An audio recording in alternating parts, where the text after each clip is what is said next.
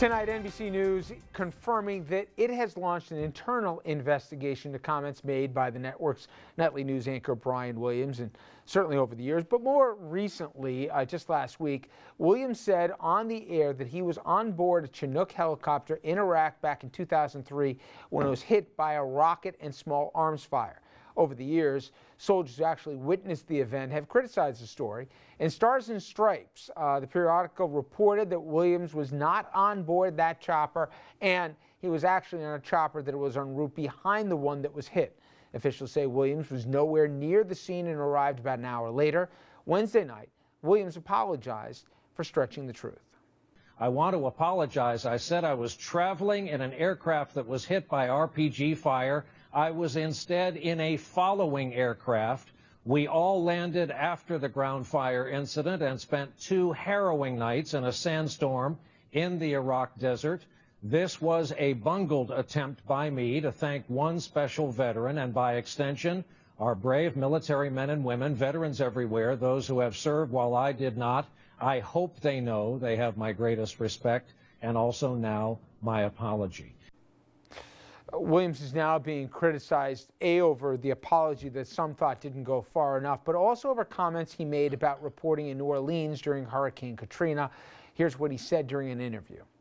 When you look out of your hotel room window in the French Quarter and watch a man float by face down, when you see bodies that you last saw in Banda Aceh, Indonesia, and swore to yourself that you would never see in your country, I beat that storm. I was there before it arrived. I wrote it out with people who later died in the Superdome.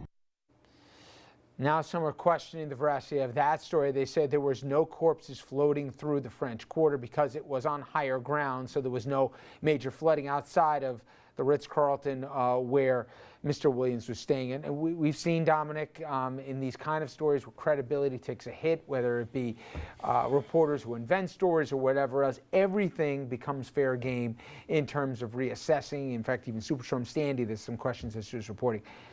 It's a small business. He's got a great reputation, not just in front of the camera, but for people who work with him. He's likable. I actually watched that whole David Letterman interview. What he said was bad because it doesn't seem to be borne out, although there's a little bit of dispute over some of the details of it.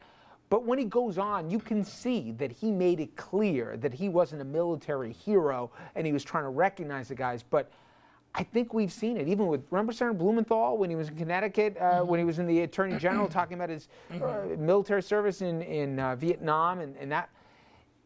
The lie becomes its own story, it seems, and it gets you to heart. But the problem is, it's in a business where credibility is everything. To be the anchor, the quote-unquote voice of God, and not be able to be true all the time, that's a tough one to get back. I love New Orleans, and I'm there several times a year. And as we all know, it's nowhere near where the flooding was.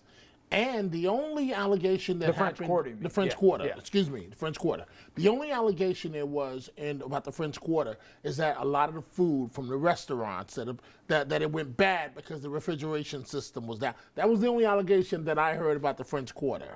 So I just don't know how a body was able to go by. To answer your question directly, and I hate to say this because Brian is a good journalist and he's a good man, I don't see how he can survive this. And the reason being, because already people are questioning everything that comes out of his mouth. So now he goes from one of the most trusted newscasters, anchors, to an embellisher, and I'm not using the word lie, but you know what the American people and critics, what they're going to say now. I don't know. I'm curious to see what more comes out of the investigation. I mean, this sounds a little weird, but... Some people said there's enough already. There are...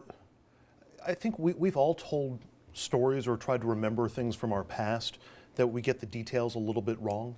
I'm not sure if that's what this is, or if it's flat, like a hero, or if it's flat embellishment. I didn't hear anything that made him look like a hero. I heard stuff that made him sound like he survived. If you're in the helicopter that got hit, it makes you look like you're a war hero correspondent. It totally builds up your credentials. The question then becomes, listen, I don't like firing guys for a mistake. If it's a single mistake, I don't think it was made out of malice, okay? But when you listen to it, and it was told repeatedly, and that they were pinned down and that they were in front of the invasion, which I guess is accurate, but for 4 days, and that there was nobody, it was just them. And he made sure to give credit to the armed services that were there on the ground, but somebody said it online. I was in 2nd grade when I was hit by a rock. I remember that. If you're, 10 years ago in a war zone and you're hit by a rocket, you'd remember that. It's tough. And I don't think he did himself favors with the apology he did. I think he needed to go farther.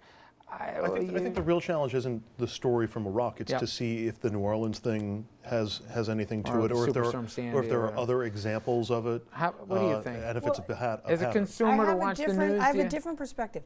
I find it troubling when newscasters use their personal experience in reporting the news. To me, they're two different things. One is you have a professional obligation to report the news. With all due respect, whether he was in it or not, which I think is a legitimate point, why is that newsworthy? What he did reporting the news is part of his job.